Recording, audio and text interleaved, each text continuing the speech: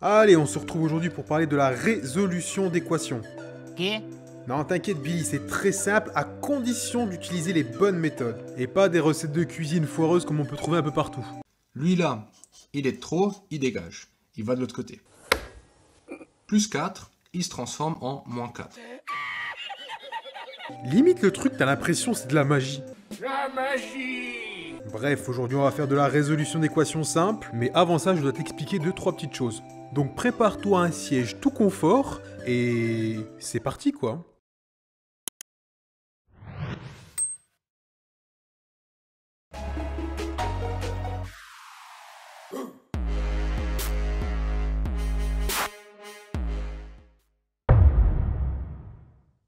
On commence par parler des couples dans les opérations. Alors, calme-toi, je sais très bien qu'en parlant de couple en maths, t'es en train de te dire... What the fuck? Mais je te jure que ça implique plein de trucs, donc laisse-moi t'expliquer. Alors, très simplement, et ça tu le sais déjà, on a 4 opérations. Addition, soustraction, multiplication et division. Les 2 premières forment un couple, et les 2 autres, un second couple. Et il n'y a pas d'histoire chelou, je sais pas quoi. On se reverra jamais. De ça en découle plein de trucs géniaux, mais ce qui nous intéresse ici, c'est qu'au sein d'un couple, les opérations se neutralisent. Un peu comme un vieux couple qui adore se tirer dans les pattes. Je m'explique. Imagine, t'as de la caillasse, on va dire 50 €, et t'en perds 10. Qu'est-ce qui pourrait neutraliser ta perte, donc te permettre de revenir à ta somme de départ? Eh ben, c'est en rajoutant 10 €. De la même manière, si t'as 50 € et que tu divises tes 50 € en 5 parts, bon déjà t'es très généreux, allez vas-y donne, hein, pas de soucis, hein, fais péter l'oseille. Du coup, il te reste plus que 10 €. Eh ben qu'est-ce qu'il faut que tu fasses pour revenir à ta somme de départ, donc revenir à 50 €? Eh ben une multiplication par 5.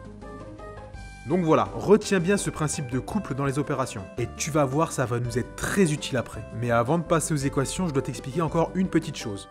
Allez, let's go. Allez, dans cette partie, on va parler de la notion d'égalité et qu'est-ce que ça implique.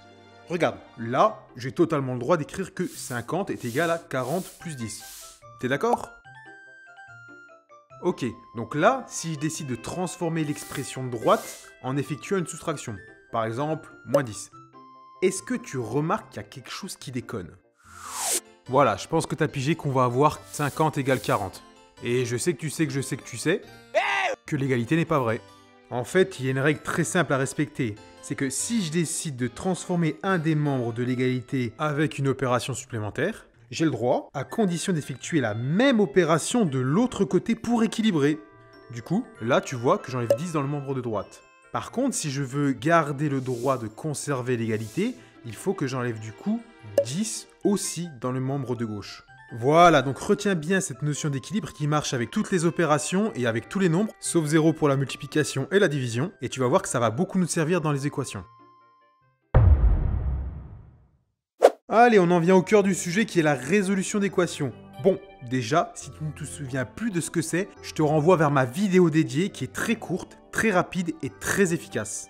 Bon, on va expliquer avec des exemples simples et le but, ça ne va plus être de résoudre de tête l'équation, mais de rédiger par le calcul. Ça nous servira d'entraînement pour les cas plus compliqués qu'on traitera dans une autre vidéo. Donc là, je vais résoudre l'équation A plus 10 égale 40. Le but ici, ça va être d'isoler le A présent dans le membre de gauche pour obtenir A égale un nombre. Et là, le problème ici, c'est qu'il n'est pas seul. Il y a le plus 10 qui gêne et j'aimerais donc le neutraliser. Bah, comment je fais pour neutraliser une addition? Eh ben, grâce à ce qu'on a dit dans la première partie sur les couples, en faisant une soustraction. Donc, pour neutraliser le plus 10, je vais alors effectuer moins 10 dans le membre de gauche. Mais avec ce qu'on a vu dans la seconde partie, si j'effectue moins 10 à gauche, qu'est-ce que je dois faire à droite? Eh ben voilà, je suis sûr que t'as pigé, je dois aussi faire moins 10. Bravo, t'es le boss. Ensuite, on réduit chaque membre. À gauche, plus 10 moins 10 se neutralise et il reste donc que A. Et à droite, 40 moins 10 est égal à 30. Au final, on obtient A égale 30, ce qui est donc la solution de cette équation. Allez, un autre exemple pour voir si t'as bien pigé. J'ai 5B égale 40.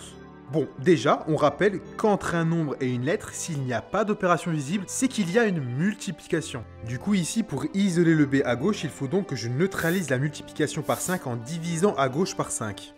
Et comme j'ai divisé à gauche par 5, je dois rééquilibrer à droite en divisant aussi par 5. Ensuite, je réduis à gauche, c'est facile car les 5 se neutralisent, et à droite, 40 divisé par 5 qui donne 8. Au final, la solution de cette équation est b égale 8. Voilà, c'est la fin de la vidéo. Abonnez-vous si elle vous a plu, sinon le karma vous frappera.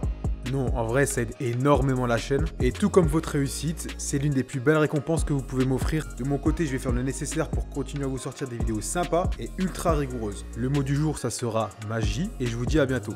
Tchuss.